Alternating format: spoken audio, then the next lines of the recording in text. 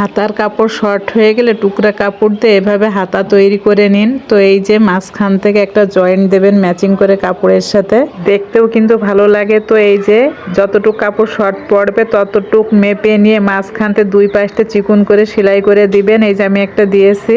এই টেকনিকটা জানলে টেনশন করা লাগবে না, হাতার কাপড় শর্ট পড়বে না, দেখতেও সুন্দর লাগবে। আমি তো আগে টেনশনে পড়ে যেতাম যখনই শর্ট পড়তো। আর নিচেও যদি শর্ট পড়ে তাহলে এভাবে আপনারা কাপড় জয়েন্ট দিয়ে বসাই দিবেন, দেখতে ভালো লাগবে। আমি ভাবছি ছোট ছোট যে জিনিসগুলো আমার ভুল হতো সেগুলো আপনাদের সাথে শেয়ার করব। এই দেখেন এখন সাইডেতে আমি সেলাই করে নিব। সালোয়ারের জন্য সাদা কাপড় কিনছিলাম, সে কাপড়গুলা এই যে বেঁচে গেছিল কাটার পরে। কাপড় ফেলবেন না, টুকরা কাপড় যখন তখন কাজে লাগবে।